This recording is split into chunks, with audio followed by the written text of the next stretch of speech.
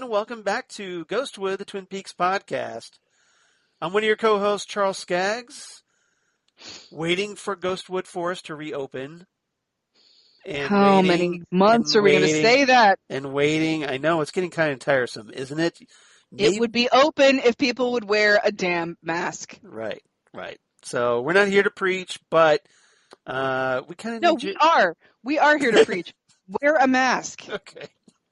Apparently we are Her here. uncle is coming for dinner. Exactly. Wear a mask. Exactly. All right. So I guess I stand corrected. We are here to preach. Okay. Yeah. But because we want to reopen Ghostwood Forest, you guys, and we want to go outside and do all that. So, so everybody be responsible, be smart, be safe. Okay.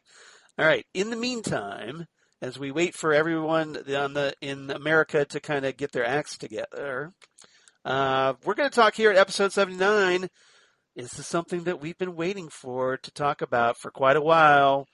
You know, we bring it up here, we bring it up there. And here at episode 79, we are finally going to talk Mulholland Drive.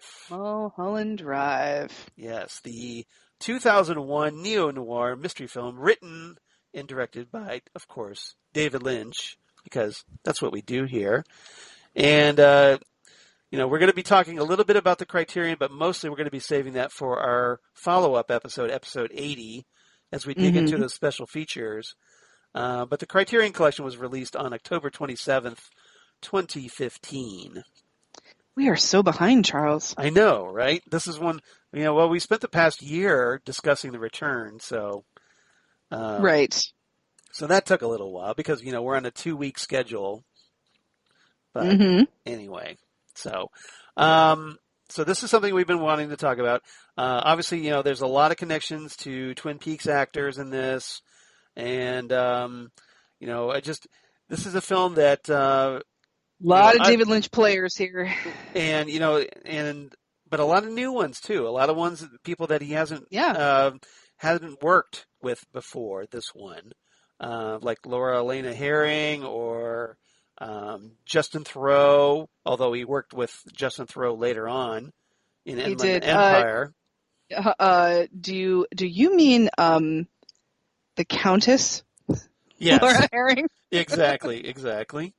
So now, obviously, this is a film that's going to take a little effort on our parts to try to discuss. Yes, this is another David Lynch film, like Eraserhead, that isn't exactly linear, and David Lynch is not explaining it. No. He's just saying, you know, this is a love story in the city of dreams, and that's all he's given you. No, so. Yeah, exactly. Although he did, you know, apparently he gave some clues, 10 clues. I wrote these down. That was in the original DVD release. There was a little card insert. Right. That said, David Lynch's 10 clues to unlocking this thriller. Now, the question, of course, is, can you actually trust what David Lynch is telling you? No, I don't trust what David Lynch is telling me because David Lynch shows me what he wants me to see, and the rest of it is up to me, is how I feel about him as a director, and that's part of why I love him. Yeah, exactly. I mean, you know, as a David Lynch fan, you know, I know personally that he's not going to explain everything. No. Because, hey, I've watched 3 seasons of Twin Peaks, and I know I'm not going to get all the answers that I want. I still don't know what's going on. Yep. You know, and I've watched other things like Blue Velvet or this film, Mulholland Drive, Wild at Heart. Take your pick. Inland Empire. Oh, yeah. So, you know, there's a lot of films that, you know, especially of his, that he's not going to give you the full story. And because he may not even know the full story. He knows the kind of story he wants to tell. Right. That maybe came to him in a dream, and he's just trying to put it up on screen for everybody to share with. Right. He wants to show you something. Yes. And whether or not what he wants to show you is in a linear fashion is neither here nor there. Yeah, exactly. So obviously I'm here with my wonderful co-host Xan Sprouse, and we're going to try to break this down as best as we can. So bear with us as we go through this because One, I think it's going to be a lot of fun as we talk about this. Mm-hmm. Yep. And Sheriff, we got a lot to talk about because Sheriff, we got a lot to talk about. There's a lot going on in this movie. Mm-hmm. And so we might as well, without any further ado, let's start breaking this down a little bit. So I should mention that, of course, this movie is like 2 hours, 26 minutes. And the first 2 hours are apparently one story, and then we get a completely different story for that final half hour. Right. So that's going to take some explaining, obviously. Just when it starts to be porn, it does a 180 on you. Exactly. It's like it lures you in with porn and then flips it right on. Yep. And you fell for it like the fascist you are. So, little bit of you like that line? I like that one. That was good. Thank you. So, a little bit of notes about awards that this film received. So, David Lynch apparently received the, I hope I'm pronouncing this right, Prix de la mise en scène. Apologies. En scène? All right. Thank you for correcting me. Yeah. I did not take French. I took German in high school, so sue me. But that's essentially the Best Director award at the 2001 Cannes Film Festival. Yep. And, of course, Lynch was nominated for Best Director at the 74th Academy Awards, but lost to Ron Howard for A Beautiful Mind. A film that is a decent film, in my opinion, but nowhere near the level of this film, Mulholland Drive. I mean, don't get me wrong. I've got nothing against Ron Howard. I like him as a director, but right. I feel like David Lynch does a little bit more with the medium of film than most directors do. Right. And when you see somebody like that, you know, I would like to see more recognition for the creativity behind it. And I think it's hard for some people because it is so nonlinear. Yeah. And I mean, nothing against a Beautiful Mind either. No, not at all. I mean, I am not going to try and sit here and tell you that I haven't been wishing I was Jennifer Connelly since I was 11 years old, because I have been. But that's, you know, it's not one of those where I'm like, what, really? That's what, really? Yeah. I mean, like I said, I have nothing against Ron Howard as a director. I think he's a very competent director. I just don't think he's obviously as imaginative as David Lynch or as creative as David Lynch. I think he's a fantastic storyteller. He's a traditional storyteller. Right, and I think he does great jobs with and there's nothing wrong with that. There's nothing wrong with that. Dramatizations of true stories, like Apollo 13 or A Beautiful Mind or that boxing one. Oh. You mean with I know who you're talking about. With Russell Crowe again. Yeah. Okay. Russell Crowe and Renee Zellweger, and he's a boxer. I can't remember. I'll think of it, and I'll blurt it out later when it's inappropriate.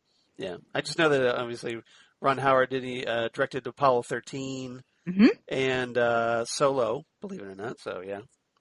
Which I love. Sorry, Star Wars fans that hated it, but I loved Solo. Yeah, I think Solo's pretty underrated personally. And one of my all-time favorite comedies, which is ridiculous, but I love it, is Night Shift. Yeah. Oh, and did he also directed Splash, if I remember correctly? He sure did direct Splash, which is probably my favorite role that John Candy ever did. Yeah. So. I mean, John Candy's great in Uncle Buck, but my favorite is probably Splash. Yeah. So obviously nothing against Ron Howard. He's a perfectly acceptable director. You know, nothing against him. But obviously we're favored toward David Lynch in that regard. Right. Yes, All right. So I got some trivia on this one.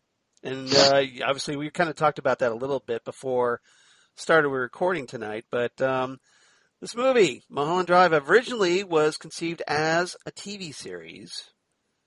And back in 1999, they did a 90-minute pilot produced for Touchstone Television and intended for the ABC television network. Right, and it was also going to be intended for, it was a French co-production, so it was also going to be on French television. Right. And TV executives said, no. Yeah. So apparently Lynch sold the idea to ABC Suits based solely on the story of Rita emerging from the car accident and her purse containing $125,000 in cash, along with the blue key. Right. And the premise was, Betty would try to help her figure out who she was. Mm-hmm. That was the elevator pitch, apparently. And I'm sure that ABC, after having done Twin Peaks, right, they were probably asking, okay, David, are we going to find out who she is? I mean, please tell us we're going to find out who she is. Right. Spoiler alert, we don't. So I think that might have turned them off a little bit. That might have turned off ABC because they've done that before, and they had great success with Twin Peaks, but they'd done that before, and they'd gone down that road before, and I don't think they want to do it again. Now, from what I found out from my research was that Lynch showed ABC a rough cut of the pilot. The guy that they picked to watch the pilot hated it, and then ABC immediately canceled it. And then Lynch goes around and, it talks it over with, I guess, a French investor or something. And they decided they basically Lynch rewrote the script, expanded it, and then they decided to turn it into a feature film at that point. Nice. Yeah. Now, interestingly, on a Twin Peaks trivia note, supposedly Sherilyn Fenn, yes, that Audrey Horne Sherilyn Fenn, said in a 2014 interview that the original idea came during the filming of Twin Peaks as a spin-off film for her character Audrey Horne. That's interesting. Right. So we've got yet another. Right, which makes me wonder why. Maybe that's why Lynch did what he did to Audrey in The Return. She the little girl who lives down the lane in this one? Yeah, maybe. Interesting. We got another car accident with Sherilyn Fenn. That'd be interesting. Yeah. Right? Huh. I would have watched that. I'm sure you would have watched that because I know you're a big Audrey Horne fan you are. I'm a big Sherilyn Fenn fan. And I'm a big Sherilyn Fenn fan as well. Yeah. So, I would have been all over that as well. She's one of the greatest humans that has ever graced the earth. She's the sweetest woman. Yep. So it's so if that's the case, somehow that evolved from a Audrey Horne spinoff into something completely different. So interesting. And now for something completely different. Well, at the time that Mulholland Drive was being done as a TV show, Sherilyn Fenn was working on Rude Awakening for Showtime. Oh, was that going on at that time? Yep. Yeah, interesting. Yeah. See how all of this connects a little bit. So, so speaking of Twin Peaks cast, we might as well run them down because hey, we're a Twin Peaks podcast, right? Yep. So the actors that appear in this one, Naomi Watts, obviously first and foremost, of course. Yep. As also in Inland Empire. Exactly. Thank you. Does the dual role of Betty Elms or Diane Selwyn, take your pick, in this one. Now, of course, she played Janie E. Jones. And then we had Robert Forster turns up as Detective McKnight. So Sheriff Frank Truman right there. And no, it's not Sheriff Frank. No, it is Sheriff Frank. You're right. Yeah. I don't know why I thought... when you said Frank, I saw Harry in my head. That's really weird. All right. Probably because normally when you say Sheriff Harry S. Truman, that's probably why. Well, it shouldn't be too hard to remember that. I was just dumb on my part. Okay, sorry. Nice. That's all right. That's all right. We've been talking. My brain just I have quarantine brain, which means drink every night brain. Yeah, so. Exactly. So, yeah, you're podcasting with assisted chemical assisted imbibes. podcasting. Yeah, yes, exactly. That's what this is. This is assisted podcasting. You're adult podcasting. How's that? Oh, that makes it sound so much sexier. Right? Oh yeah. Oh yeah. Oh yeah. All right. So we also had This bed is huge. Podcast. There's no reason for you to sleep on the couch. Right. Well, obviously, we'll talk about that scene later. We're going to talk about that a little bit. Yep. Yeah. And because I'm sure a lot of people didn't see that coming the first time that they watched this film. Brent Briscoe as Detective Domgard. Of course, he turned. Yeah. Rest in peace, Detective Mackley. Right. Yeah. Sadly, we lost Brent Briscoe not too long ago, but yeah, Detective Dave Mackley on the return.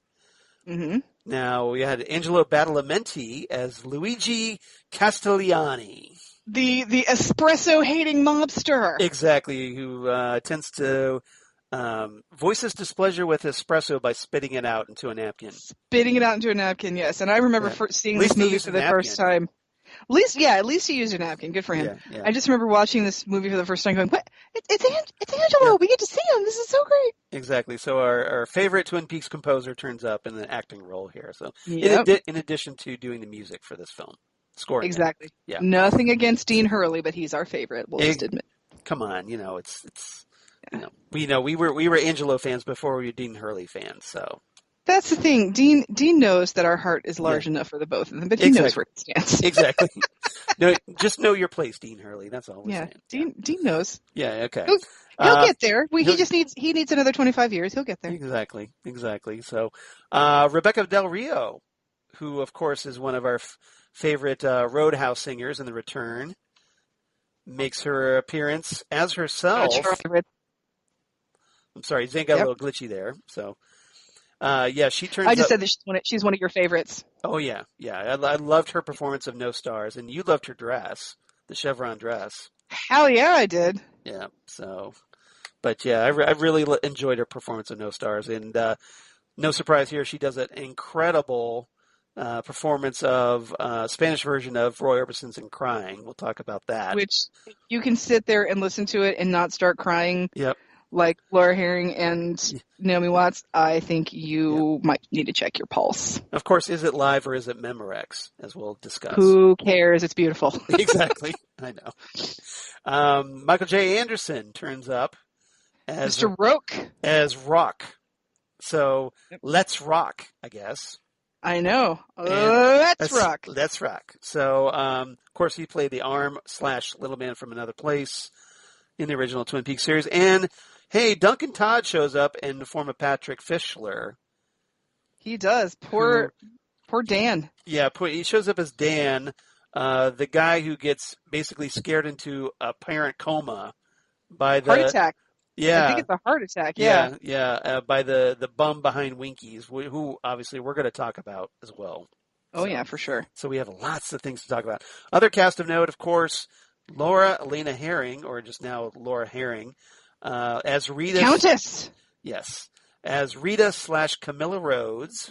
Mm-hmm. One of them. I keep calling her the Countess because... Yeah, what is up with that? She married the great-great-grandson of Otto von Bismarck. Really? Yeah, so... that's an interesting trivia point. His full title is Count Karl Eduard von Bismarck Schönhausen. So they were divorced. You must have a really big business card. It's like a 3x5 card. Right, exactly. That'd be funny. It's like, here's my business card. It's like, isn't that an index card? No, you got to put it in your briefcase. You can't just put it in your pocket. Right. They got divorced, but she kept the title of Countess. Interesting.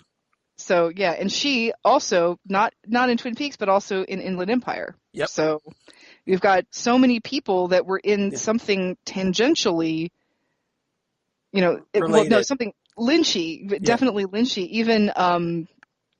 Even Monty Montgomery. Yeah. Who played the cowboy?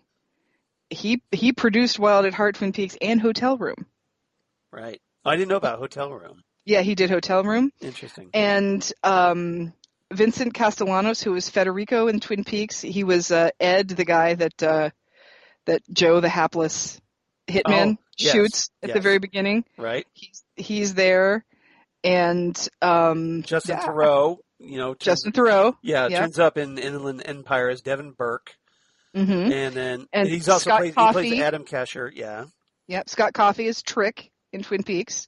Also in Inland Empire. Oh, was he Trick? I didn't realize. He was Trick. He is also my favorite student in Ben Stein's class in Ferris Bueller's Day Off. Oh, okay. The Holly Smoot Tariff Act. Oh, okay. Does anybody know what Vice President Bush called this in 1980? Anyone? Is he the guy that just kind of like with his head on his like he's looking down, he's got like his hand on his head? No, he's the one with his head cocked like. Oh, okay. He's the mouth breather. He's the mouth breather. Okay. Yeah. Got it.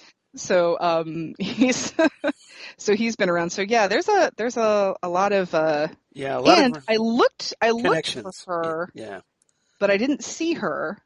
Right. So I need to pay closer attention. But Phoebe Augustine is in Club Silencio somewhere. You know who else is in Club Silencio? Who else? Sheryl Lee. What? I didn't see that. Oh yeah, she's there. What? I missed that. When they it's only obviously just a quick cameo, but yeah, when Betty and Rita walk into the theater and they start going down the aisle toward their seat. I didn't even notice that. She's off to the right. See, you guys, this is why you own DVDs, so you can watch this kind of, look for this kind of stuff. And this is why you listen to Ghost with the Twin Peaks podcast, because we tell you stuff like this. We tell you silly trivia like that. Exactly. You know, did you know, Charles? Yeah. That Angelo Badalamenti did the opening 92 Summer Olympics? I did not know. So he did the opening. Did you even hear me? I think if I understood it correctly, the opening theme to the 1992 Summer Olympics. Uh-huh. All right, yes, I got it right. Yay! You got it. Yes. So take that. So yeah, and for all of my Elvis Costello fan friends out there, he's done some projects with not Elvis Costello, Cranberries fans. Yeah. No relation to Elvis Costello's ex-wife, but the late Dolores O'Riordan. He did some projects. Interesting. Yeah, I'm a big Cranberries fan, so that's cool. I didn't know that. Yep, he sure did. Interesting. And with Tim Booth from James, he did an album with him too. Okay. So, yeah. Was it the Laid album? You know, the song that Laid's on? No. It's called Booth and the Bad Angel. Okay. Yeah. So I highly recommend looking at his. That's the only James song I know is Laid.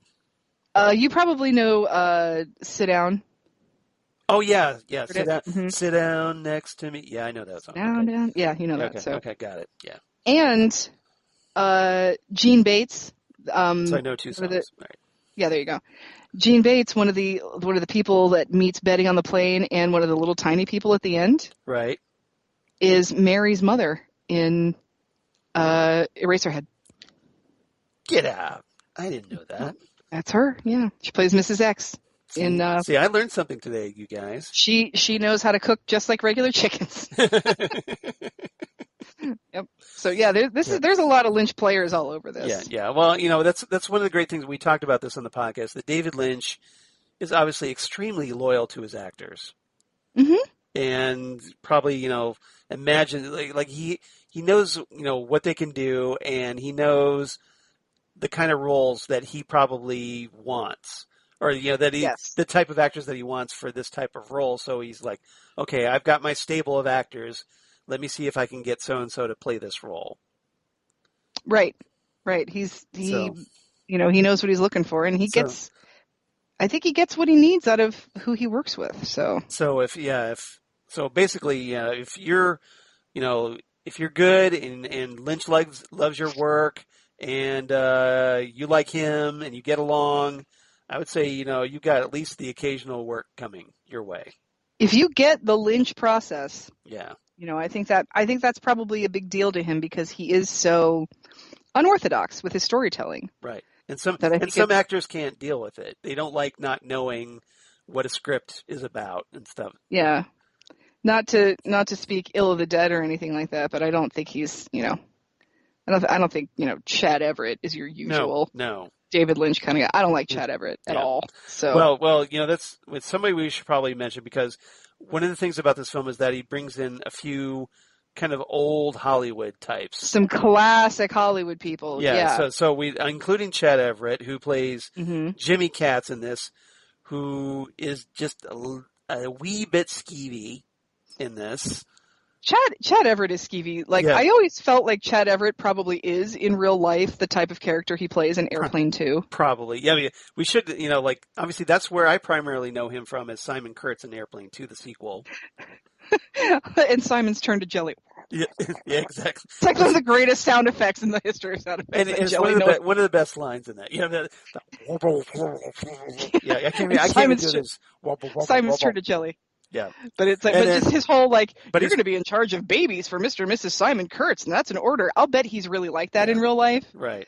Because I believe it's a Dick Cavett show where he talks about how he has animals, but his wife is his favorite animal he owns. Oh, really?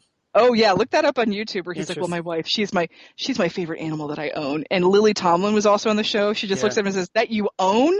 Oh, I have to leave. And then Lily Tomlin just gets up and walks away. Interesting. And then he makes a comment after she's gone that I think is a dig at Lily Tomlin's lesbianism.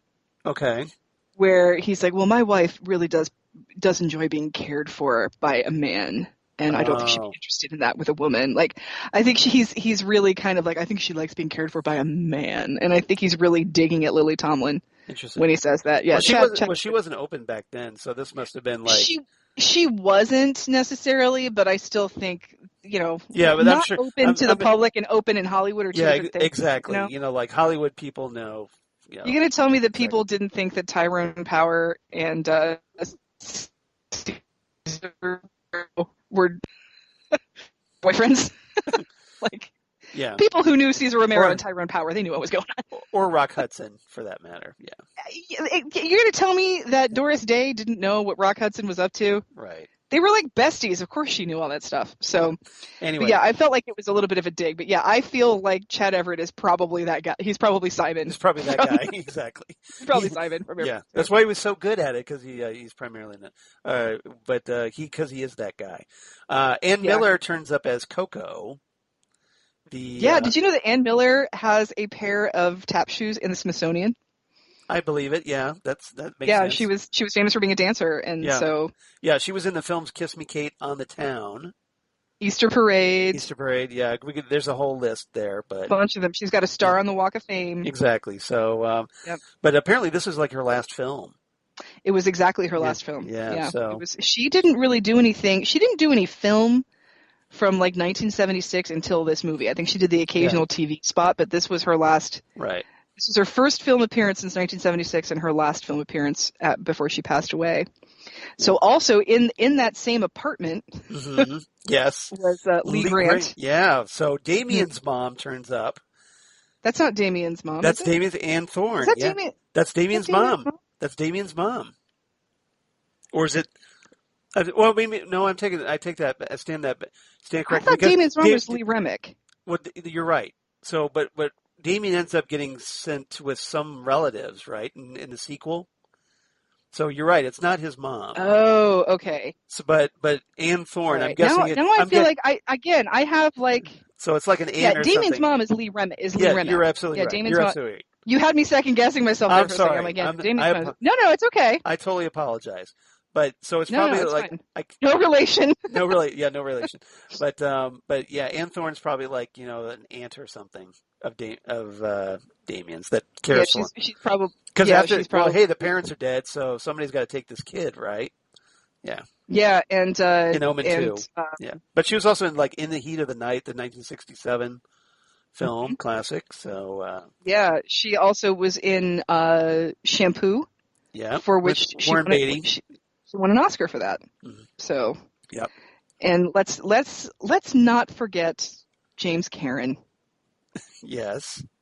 Who I don't know if you're a big Poltergeist fan, Charles. But I like Poltergeist. I'm not a big fan, but I like Poltergeist. Yes, the original. I'm a big fan of Poltergeist. So the guy that Craig T. Nelson is screaming at, "You son of a bitch! You moved the cemetery, but you left the bodies, didn't you? You only moved that guy." That is James Karen. Oh, wow. Yes. That's cool. Who I just found out was good friends with Buster Keaton towards the end of Buster Keaton's life. He was a good friend of Buster Keaton's. Interesting. Yeah.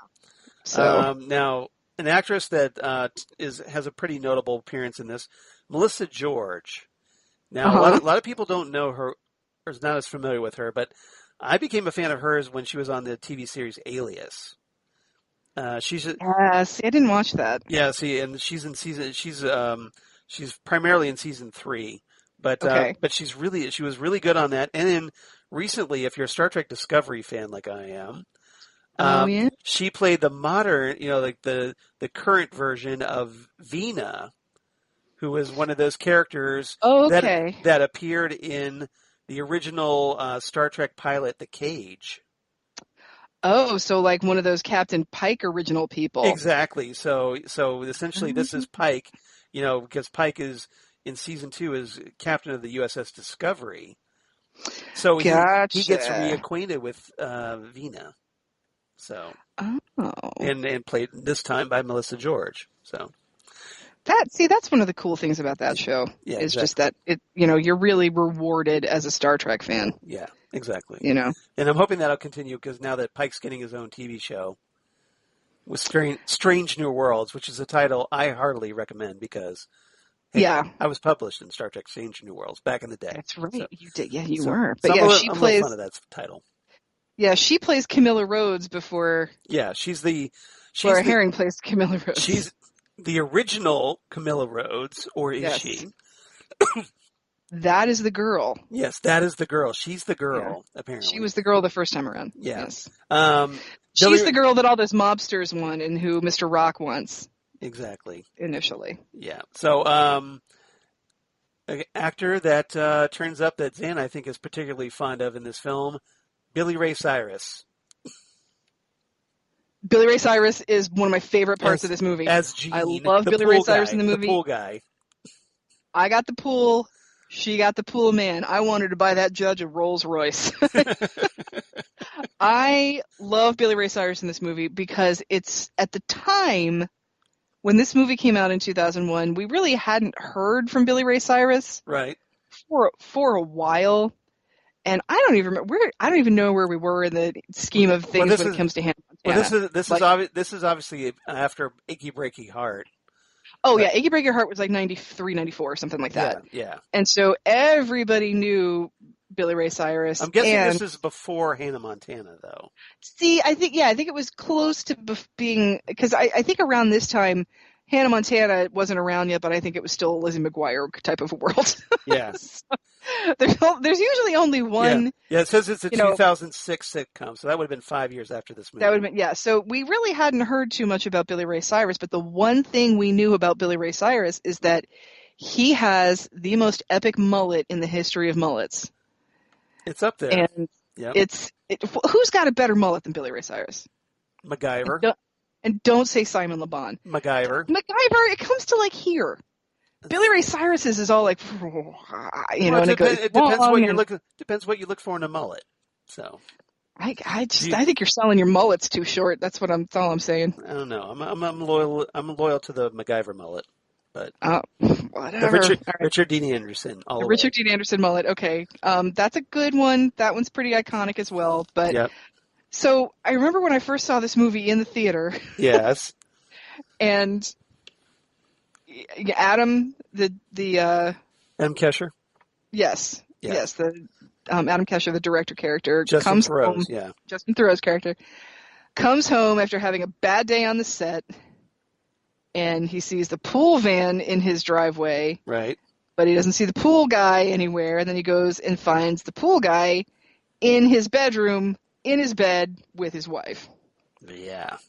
And he just says, "You just got to turn around and forget about this, man." I mean, he's just so like nonchalant. He's like, "Yeah, I'm doing your wife, but you just got to deal with it, man. It's how it works." Yeah. And it's not so much as he's laid back. He's just like, "Okay, you know this is happening. I know this is happening.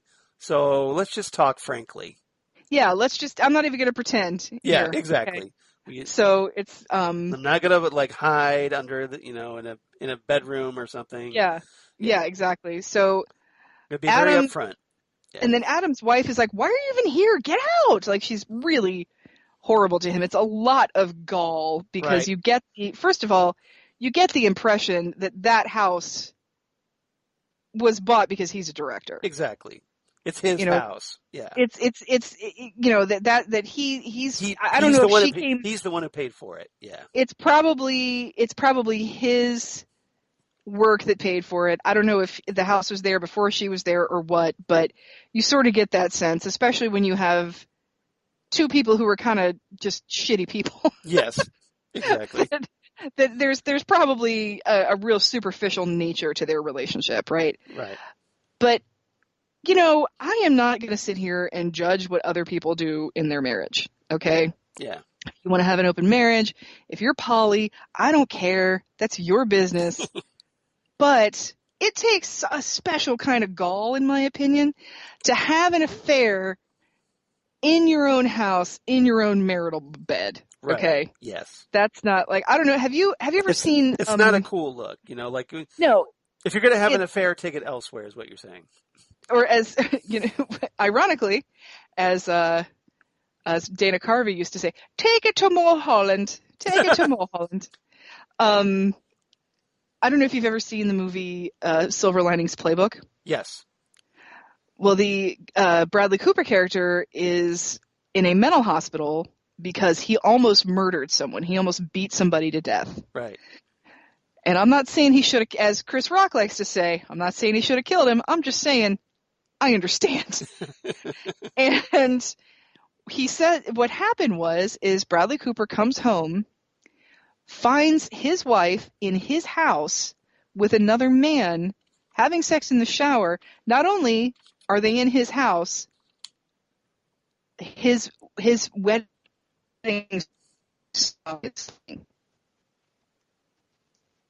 so he comes home, finds his wife in the shower with another guy, and in their house, in their married house. Yes. And the song that played at their wedding for their first dance is what is on the stereo. Right. And he loses his freaking mind and goes off on this guy. Understand. And the guy has the gall to look at him and say, I think you should leave. Yeah. To somebody in his own house. Yeah. And Bradley Cooper goes crazy on him. And I can't say I'm shocked. I mean, that's some gall. So she's got some gall. So he takes her jewelry. Adam takes her jewelry, goes to the garage, finds this paint that looks like Pepto-Bismol. Yeah. I don't know what room in the house. It's a serious pink. Yes. It's a serious pink. And just opens her jewelry box. It's and the pink room. It's the pink room. That's what's in the house. Yeah. There's he's got a string bass player in his house somewhere, just in this room. Pours the paint all over the jewelry, and she's screaming at him, trying to get him to stop. Yep. So Billy Ray Cyrus comes out of the bedroom, picks him up and punches him out and says, that ain't no way to treat your wife, man. I don't care what she's done. Hilarious. Yeah, hilarious. It's the best 3 minutes of this whole movie. The deadpan expression on his face. It's the funniest 3 minutes in this whole movie. I love the palate cleansing nature of the Billy Ray Cyrus appearance in this movie. Right. Love it. Because there's obviously some very dark stuff in this movie, but Billy Ray Cyrus. But Lynch has a way of, like, maybe he realizes that, okay, this movie is getting even a little too dark for me. We need some comedy here. We need Billy Ray Cyrus and his epic mullet. Exactly. So here's Billy Ray Cyrus was one of those where you're like, he's a perfect character because he has that reputation as being kind of a hillbilly. Yeah. So it works for him here because it really works for him. So he's just the hillbilly pool guy. He's the hillbilly pool guy, but he's also a lot bigger than Adam and a little bit more manly than Adam. Right. So he's showing off the guns big time in this movie. Sun's out, guns out, and he's also very. I don't know what I want to say. I don't want to say moral, but he definitely has a code of conduct that, I know your wife's cheating on you, but you don't pour paint on her jewelry. Like he has this interesting set of morality. Yeah. And so he was very recognizable, and I hate to say this because it sounds more elitist than I want it to. Okay. But when it comes to David, I don't think there were a lot of David Lynch fans who were big Achy Breaky Heart fans. I think that's a safe assumption. I would bet that a lot of people who were watching David Lynch movies when the whole line dancing craze came about, they were very dismissive of it and sort of looked down on it. So that's not exactly the same crowd, really. Right, it's not exactly the same crowd. And he had that, nothing against it, but definitely it was the same way I think the Achy Breaky Heart crowd would have thought that the David Lynch crowd was weirdos. Exactly. So, in general, like stereotypically in general, because I'm not. These two groups do not meet on the Venn diagram. Not usually. No, not usually. not usually. Although apparently they do here in this one scene. In this one scene, yeah. Yes. Like, because I don't want to say anyone. That's where the circles overlap. Yes. I don't want to be a person that ever says that any one creative endeavor is inherently better than another one. Right. All I know is I got so damn sick of that song. Just because it was everywhere. You and a lot of people. Don't worry. I think I could listen to that song sooner than I could listen to Roll With It by Steve Winwood. Okay. Because that is the song that I always go to when I say, I can't believe I listened to this song 1,000 times in 1 week of a summer. Like, that was overplayed so much. Interesting. So there are some songs like that where I'm like, if I never hear that song again, it'll be too soon. And Achy Breaky Heart was one of them. Because even Achy Breaky Song by Weird Al. Yeah. I'll get it like 30 seconds into it. I'm like, I can't. I'm done. That's it. I'm done. I'm out. I heard this way too much. Bad memories. And that song is about how that song was overplayed. And even that, I'm like, I gotta back away. Yeah.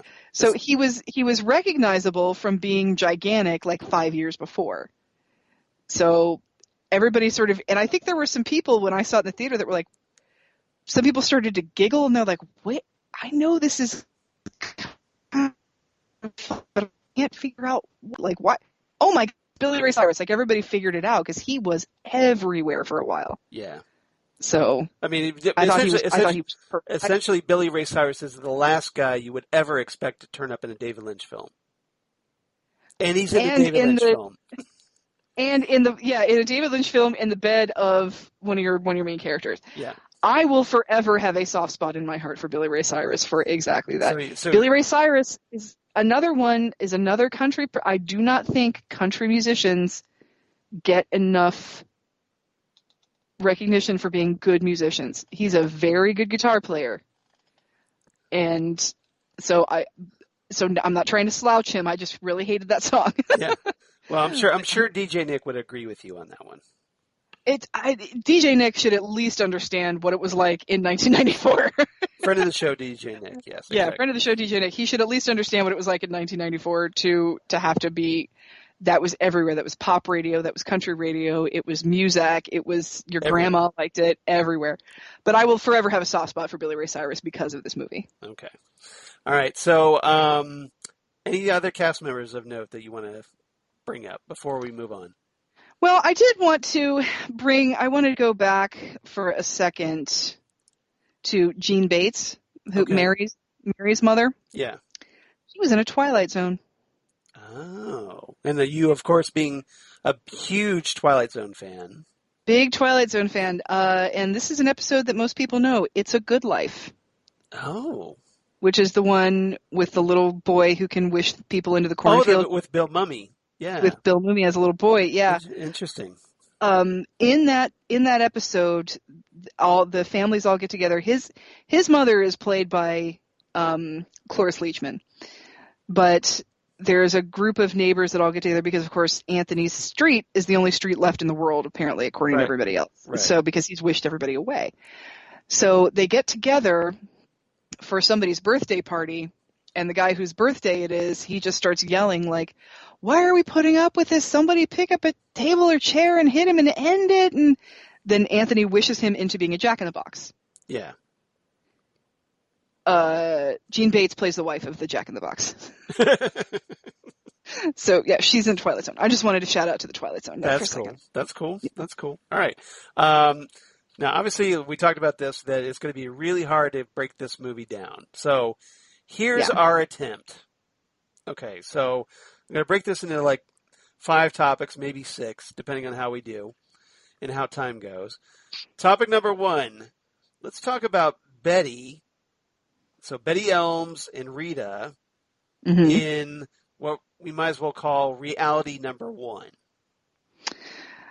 Reality number 1. This I was originally going to call this The Dream, but Xan corrected me wisely and said, "Well, I just don't know. How do you know what's the dream and what's the real world?" So that's the thing. I mean, this is David Lynch. I don't know what's the dream and what isn't, because it does, not to get too far ahead of ourselves, but it does sort of feel like something happens and then we wake up into a more gritty reality. Right. And I think that, because especially right now in this time of just living through horribleness all the time, that I feel like we are conditioned to think that the grittier the reality, the more real it might be.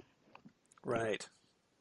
But what is with Irene and Irene's husband being those little people that come out of the box and who are running around Diane's apartment? Like, that to me makes this all bets are off. That's why I don't know what's a dream and what's real. So, like you said, reality 1 and reality 2, or what I was saying, pre-Silencio and post-Silencio. Yeah. And that's another great way to put it, is that because it almost, with the Club Silencio scene, we're gonna obviously devote a segment to that, but it's almost like that's kind of like a transition between these two realities. Now, they do tend to kind of cross over these two realities, back and forth a little bit. Right. We've got glimpses of the second reality in the first reality, and we've got some of the similar names. You've got the waitress who starts out as Diane, but then she's Betty later on. Right. And then the real Diane shows up in the Betty reality as, the dead body that Betty and Rita come across in the apartment. Right. So yeah, there's a lot of crisscross a little bit here. So that's these two realms, these two realities kind of blur into each other at times. And that's obviously going to make this a little challenging to talk about. So bear with us as we try to break this down. So if you're here, you've watched some David Lynch, you know how to keep up. Exactly. This isn't your first rodeo, I'm sure. No. So should we just try to run through this as the film goes, or how do you want to do this? I think the only linear way we can do this is chronological. Okay. So. All right. So the movie opens after a little bit of a jitterbug sequence. Yeah. Right, which doesn't really make sense until you see the Sylvia North story. Right. And even that, we don't get a whole lot of what's going on with that. Well, I think it also that we don't get until we see Naomi Watts as Diane, when we find out that she won a jitterbug contest and came from Canada. She won a jitterbug contest, came from Canada. Yeah. And, it starts out, you're thinking, okay, here is these nice, 60s, clean-cut kids. Yes. And then cut to Betty getting off of the plane as this clean-cut kid. Yeah. So maybe you're thinking that, and then you see the Sylvia North story, and you're wondering, does this have something to do with that? She's maybe going to audition to that, and then you find out about the jitterbug contest. You're like, oh, it's all just sort of tangentially, just sort of... Right. It's that, I just thought of this, and I think I've probably said it before, but I just thought of it again with this particular movie, that a David Lynch plot is like Sam Beckett's theory of time. Yeah. Here's the beginning of your life, here's the end of your life, and it's not just a big string. You crumple it up and all the pieces touch each other. Right. And that's what's going on. There's all these tangential things that are touching each other that don't necessarily relate to one another. Yeah, and and that's something that's very common with Lynch, obviously, that these little tidbits that they're not directly related to one another, but they like you said, tangentially, they do kind of touch one another a little bit. Yes, exactly. All right. Exactly. So we see this limo, this Cadillac, as we're told, going along Mulholland Drive above Los Angeles. And then somebody is freaking tailgating. Right. And what have we learned from David Lynch movies about tailgating? Don't tailgate. You know how many car lengths you need? Keep your distance. To stop at a safe... Right. Safely stop. Otherwise, Robert Loggia is going to lay into you about it. Yes. You know how many car lengths you need to stop safely when you're going 55 miles an hour? 6 friggin' car lengths, okay? I want you to get a manual. I want you to read that mother effer. Yeah, yes. Exactly. I want you to tell me you're not going to tailgate. We really need to discuss that at some point. We so need to discuss that, yeah. Yeah, we do. So this is where we see Laura Harring as... at this point, we just know her as a brunette. Getting in the limo. The driver stops, gets her out of the car at gunpoint, or tells her to get out of the car at gunpoint. But before she gets out of the car, these wacky teens that are apparently drag racing or something plow into the limo. Yep. So the drivers, we're told, are killed, but the woman, the brunette, gets out of the car. She's kind of obviously affected by the accident. Starts walking down the hill toward there's it's kind of like on the road is kind of like alongside this kind of cliff. Mulholland Drive is in the Hollywood Hills. Yeah, exactly. So she goes down the hill, yes, toward the city, right, in the distance, and then she ends up going to this apartment complex, and then she sneaks into one of the apartments that belongs to Ruth Elms. Right, Betty's Aunt Ruth. Betty's Aunt Ruth, that we find out later, who's leaving by this point, and because her niece Betty is going to be coming to stay. So she ends up hiding in the apartment, passes out. Mm-hmm. And meanwhile... Because as we find out later, she has a head injury. Yes, exactly. So essentially maybe a little concussion, who knows. And then, of course, we got some police detectives that kind of later come across the accident, and one of them, probably I think it's Robert Forster's McKnight, kind of thinks that he kind of like gets the feeling that, oh, hey, she must have walked off into the woods that way, down the hill. See, in a David Lynch movie, who would walk off into the woods? What's that all about? Exactly. That never happens. Characters going into the woods. That ever happen? Yeah, exactly. Right. That's you have McKnight and Domgard, which are not exactly the most on it police officers. Right, exactly. It's not exactly the Shield, is it? Let's put it that way. No. Or the Wire or something. No. Yeah. So Betty, we're introduced to Betty, who shows up, arrives from Los Angeles, from Deep River, Ontario.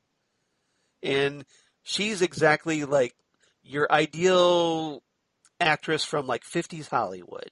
Wide-eyed and just so happy to be in California. She's got the tight pink sweater and looking very much like, just someone that stepped right out of that era. She kind of reminds me of like what Janie E must have been like before life beat her down. Yeah, exactly. Before she hooked up with Dougie. Before she hooked up with that whoring gambler, Dougie Jones. Exactly. Yeah. So, yeah, maybe that's another reality where she ends up becoming Jane E. Jones, and one day I just blew your mind, didn't I? Yeah. There's one more waitress at Winky's named Janie E, and we're gonna eventually turn back into her too. So. Or maybe the double R. Ooh. Yeah. Ooh. See, that's the thing. I mean, David Lynch movies are nothing but diners and awesome furniture. Why can't I live in that reality? I know, right? Well, part of me wants to, but then part of me thinks about all the horrible stuff that goes on there, so maybe I don't want to. I just want to be somebody innocuous, like Lucy Moran, Yeah. I just want to I just want to be one of the customers at the diner, a double R. That's. Yeah, or Heidi. I could be Heidi. Yeah, there you go. And you go, hee all the time. Giggle. My dad's parents were German. I could do that. There you go. That's a good life goal, I think. So she's talking. She's apparently. I think she must have spent the flight with this elderly couple. This older couple, yeah. Yeah, and Irene and Irene and Irene's husband, and she's talking about how she hopes to make it big as an actress, and her Aunt Ruth is allowing her to stay at her place, and so they kind of part. Betty goes off in a taxi cab or something, and then we see the old couple going off in their taxi, and they have the creepiest ass big grins on their face. Something is up with them, and I just wonder if their faces are unnaturally distorted into these large smiles. That kind of very Black Hole Sun smile. Yeah, do you remember that video? Yeah. Do you remember that? That little bit. That Soundgarden video, where if you haven't seen the video, I would highly recommend YouTubing it because it's Soundgarden. It's very good, but right. They have these really exaggerated smiles that scared the crap out of me when I first saw that video. I was like, oh my God, turn the channel. So I wonder. So what do you think they were smiling? I have a theory. I think they're the key to all of this. I think they are too.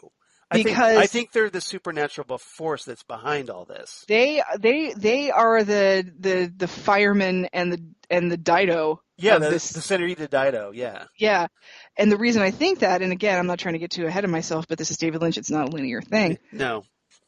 When we later see that blue box, yeah, when we first open the blue box and we just go right into it, and it goes yeah, now sucks it's us all dark. in, right? Yeah, Sucks us in, now it's dark, and then we come back out and we're in a different reality. But then we see it later, and they come out as these little tiny people that are just laughing hysterically. Yeah, and they're like climb under the door, because they're so small, Mm-hmm. and they're right. just kind of like cackling maniacally, going hee hee. I think they're the key to everything. I think that's what starts this. Yeah. So maybe this was just poor Betty, or in this reality at least, runs afoul of these people, and they decide to like, oh hey, let's just mess with your life. Mm-hmm.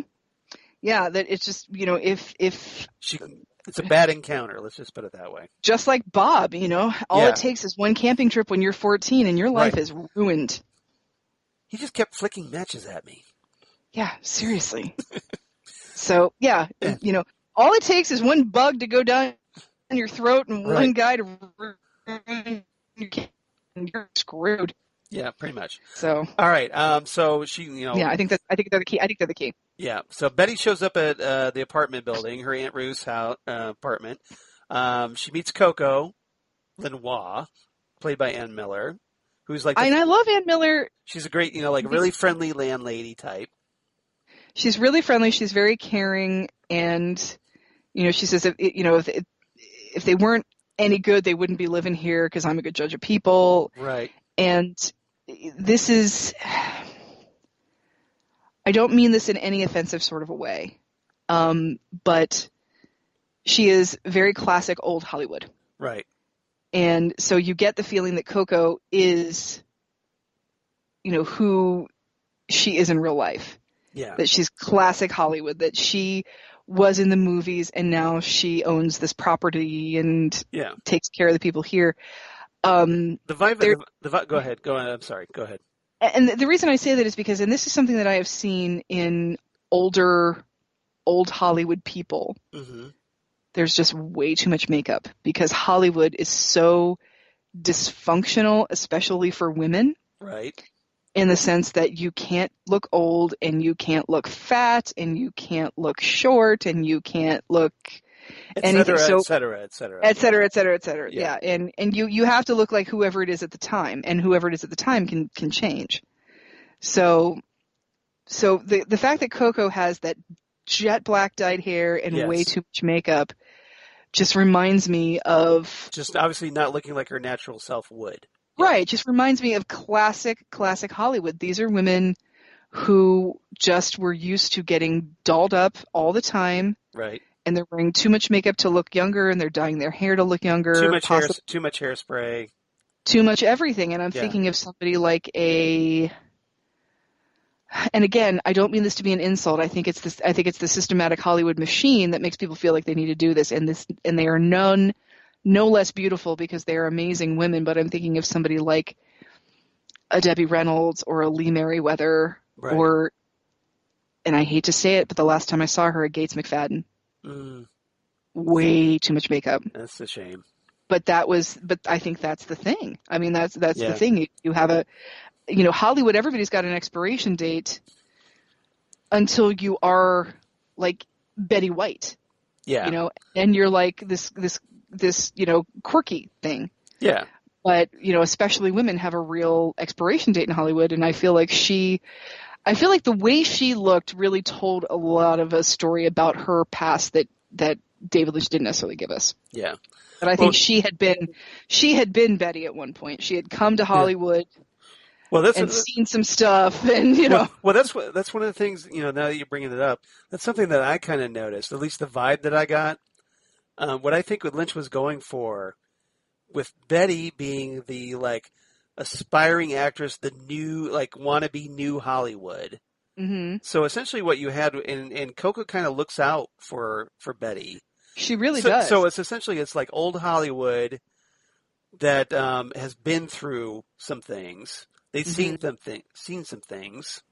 They've already been places. And so Coco was kind of like, it's only Hollywood looking out for new Hollywood a little bit. Mm-hmm. Yeah. So that's the kind of vibe I got from that. I think so too, yeah. So Coco takes Betty to her aunt's apartment. Betty goes inside, finds, oh, hey, there's like a naked brunette in the shower. Which I think is interesting because... And it naturally assumes like, oh, are you like a friend of my aunt's or something? That's weird to me. Right. I mean, how do you make that leap? Right. I feel like somebody would have told me that. Like, I feel like my aunt would have said, oh, by the way, my friend Rita's going to be there too. Like, I would have been like... Pretty sure her man would have mentioned that, yeah. Yeah. But I think because... First of all, the Rita character was naked. Yeah. So obviously very vulnerable and not a threat at the time. Right. And maybe Betty being naive too, a little bit. Betty's naive, but also Rita being injured and beautiful. Right. She seems a little less threatening. Yeah. So and again, Betty probably thinks, oh, Coco knows everything that's going on in here. This is probably on the level. There's probably a lot of things going on with that, but yeah. If I saw that, I'd be like, "Oh, the hell!" Yeah, that would have freaked. It would have freaked me out if that happened. Yeah. Now, obviously, I might have a different reaction, but hey, finding naked Laura Harring in the shower, but I think you finding naked Laura Harring in the shower is going to be a little less terrifying than me finding naked Laura Harring in the shower. Probably. Because I think I'd come to it with from a much more practical standpoint. Yeah. Now, it might be terrifying if, like my wife Lori was there and naked Laura Harring was in the shower. But just saying. You'd be like, yeah, honey, we should call the cops. Yeah, this isn't right, is it? Yeah. Exactly. You'd be like Seth Rogen. We should do something about this. Yeah, you'd be like Seth Rogen in 40-Year-Old Virgin, right? When they're in the bathroom with Elizabeth Banks, is like, yeah, we should go from here. We should go far away from here. We should get out of here. And he's like getting undressed as he's saying it, right. We should go. We should get out of here. So they talk a little bit. Laura Harring, comes out, and after seeing a Gilda movie poster, starring, of course, Rita Hayworth. That was a 1946 film, which was hanging up in the bathroom. She calls herself Rita. She introduces herself as Rita, but then later admits, well, I don't remember who I really am. I don't know my name. I have. Yeah. So welcome back to the 70s. I have amnesia. Exactly. Yeah. Because amnesia was not a plot point that we'd seen for a while. No, but it's obviously something that comes up a lot in is a soap opera trope. It's a soap opera trope. I feel like it was like a Three's Company type of a thing. Yeah. Like, I feel like in the 70s it was nothing but amnesia and quicksand. Quicksand's a good one. That's a good one. Yeah. It's like, if you've watched any episode of Charlie's Angels from the 70s, you know that Charlie's Angels, Scooby-Doo, anything. Yes, quicksand was everywhere, and I still don't even know where quicksand is. I was thinking of amnesia as well, but yeah, exactly. Amnesia for sure was a big one. Yeah. So Betty is trying to help Rita. It's like, okay, we need to figure this shit out.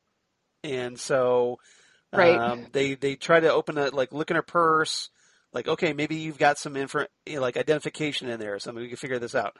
Nope, I have $125,000. Exactly. Cash. Oh, and a bizarre blue key. And a blue key that doesn't really look like a key. Yeah. Yeah.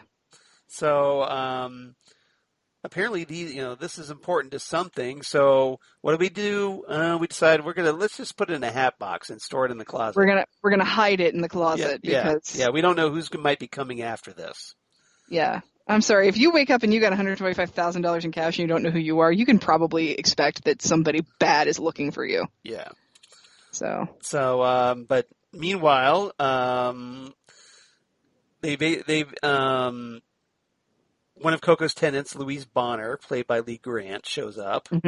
Tries to warn Betty that, hey, there's trouble in there. Someone's in trouble.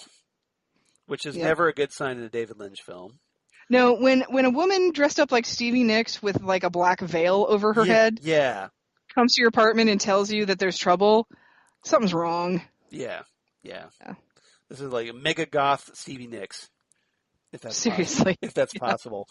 Maybe it's like Stevie Nicks and the psychic grandmother from Phantasm are all wrapped up into one character here. Yeah, it's like if Stevie Nicks went to Hot Topic, but basically. Yeah, basically. Burn down Hot Topic. Well, that's a whole different thing. Sorry. That's the whole, yeah. So Coco basically apologizes, say, look, Louise is clairvoyant, but her warnings are often correct. Yeah, so be careful. I don't know what's going on, but I am going to trust you to take care of it. Exactly. So this is apparently the big warning sign. Something's up here. Now, Betty's Aunt Ruth arranged for an audition for Betty. Mm-hmm. And so Rita runs lines with Betty, and which they think is kind of funny because of the bad dialogue. It's not a good. Naomi Watts makes it. Naomi Watts does such a good performance. She actually makes it a little bit better than I think it really is. Well, so basically, Betty shows up at this audition, and then we talked about Chad Everett, so his character's there, and Betty's supposed to act against him in this scene. Mm-hmm. And Chad Everett is really kind of. Chad Everett is total Chad Everett in this scene. He is so perfect for this because I really do believe Chad Everett is probably the kind of guy that would have sex with his best friend's daughter. Right. And, Chad Everett in the scene is rocking the Donald Trump orange skin, if you notice. He's like way too tan, and he's like... fake tan. He's way too touchy-feely with her before they even get touchy-feely. Yeah, exactly. And, he's just kind of... So, because she does a really, really good job, because the scene is basically... what are you doing here? My parents are upstairs, and why are you still here? And we should never have done this. You're my dad's best friend. This is terrible. I hate you. I hate us both. And just I'm gonna kill you. And I love that where it starts to get really passionate. Where erotic. It gets very erotic. Yeah. It's very erotic where she, it's the whole sort of like where she's like, I hate you. I hate us both. Yeah. And she's breathing really heavily, and it's a phenomenal acting performance. It's fantastic. And then it's like, she's like, you need to get out, or what? Right. Or I'll kill you. It's just so good. Right.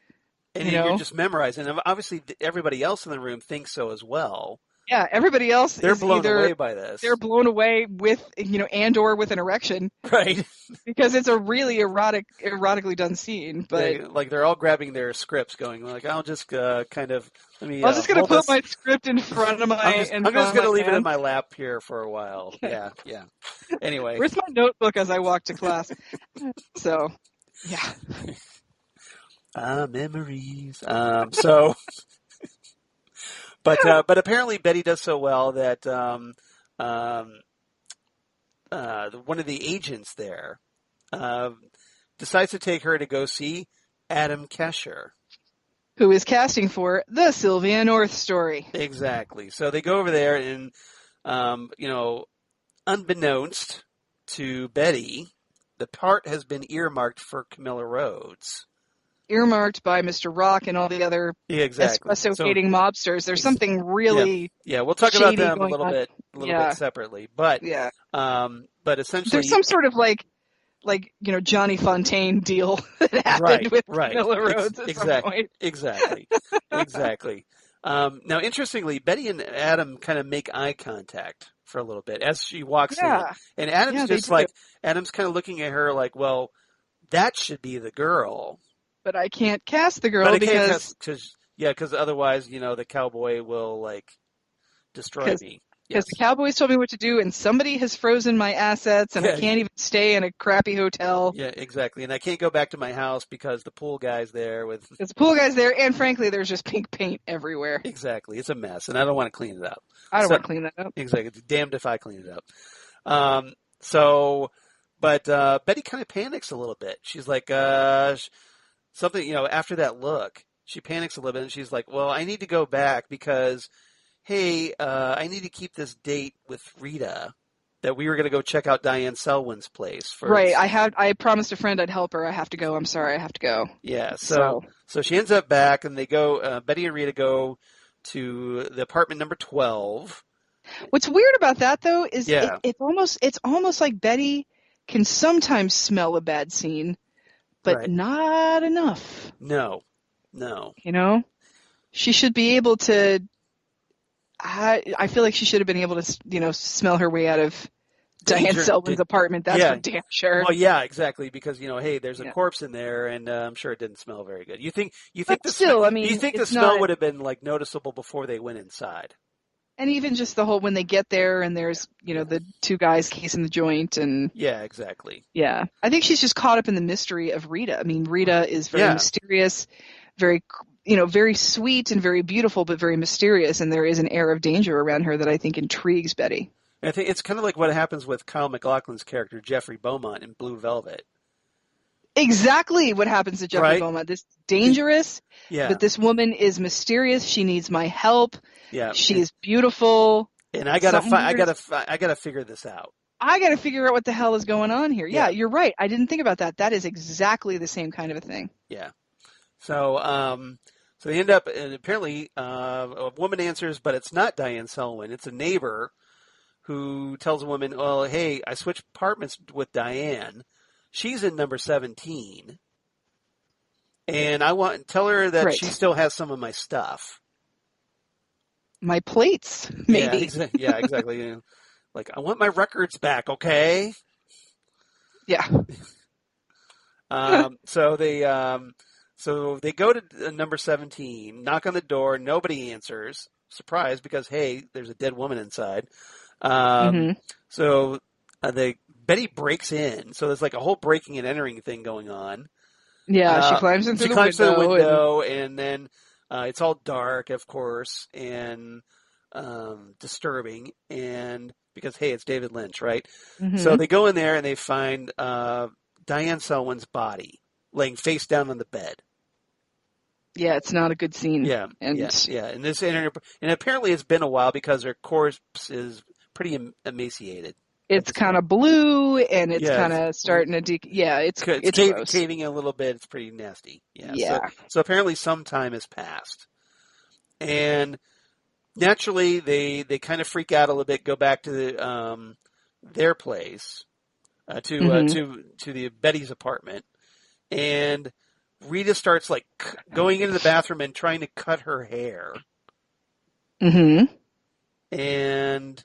let's see. So, but Betty tells her, no, don't cut your hair. Just wear this blonde wig for some reason. Yeah.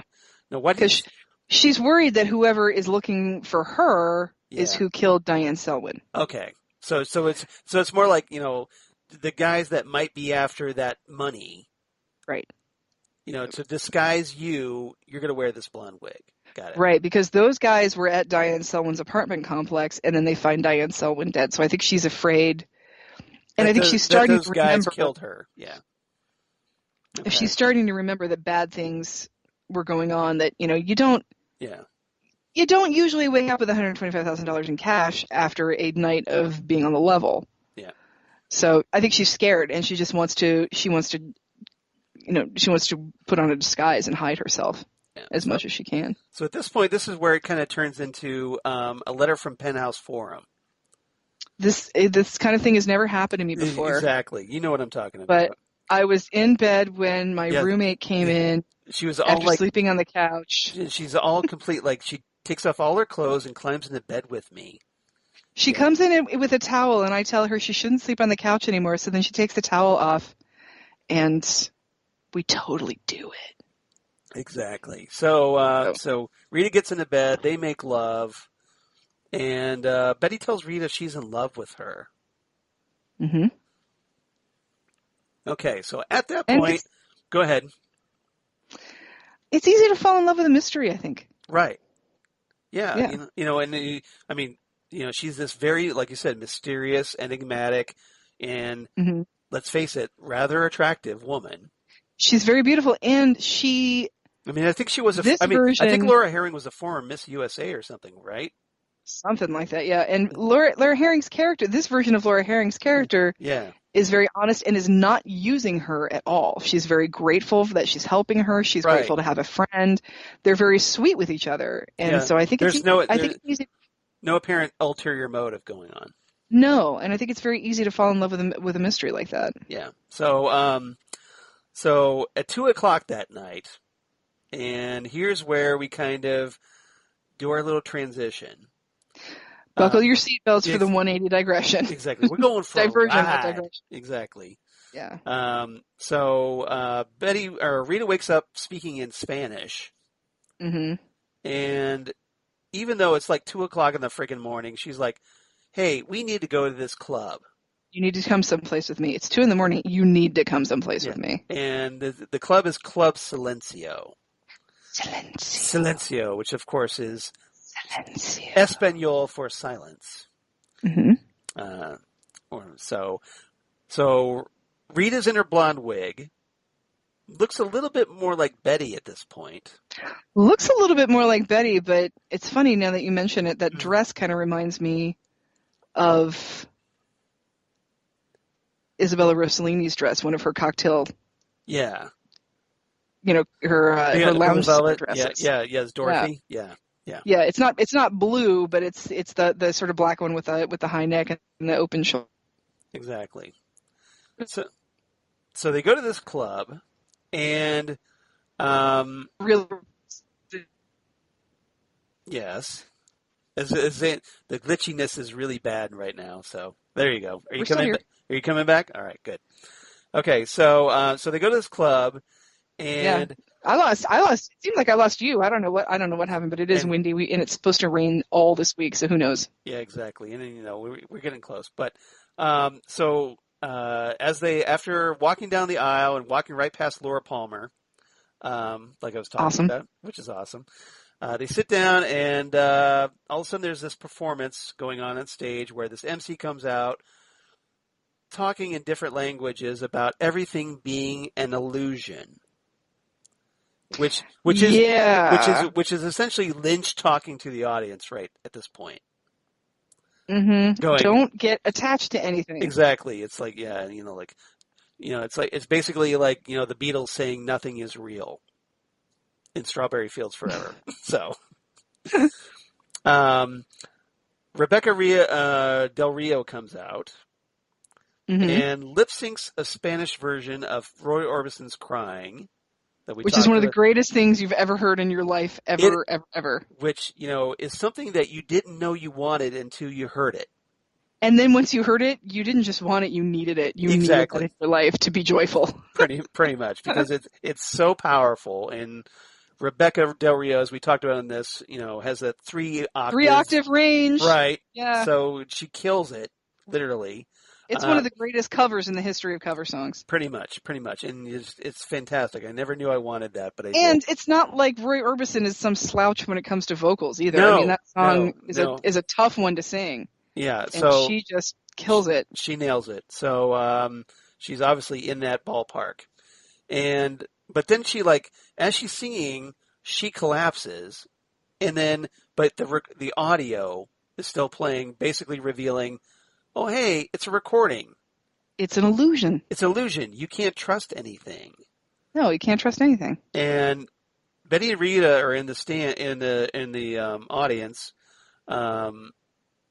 watching this, and they start understandably crying because it's a very powerful performance. I wouldn't be surprised if that was a real reaction to them hearing that song. Yeah. So Betty reaches into her purse. Finds a blue box. Mm-hmm. So we have a blue key now and a blue box.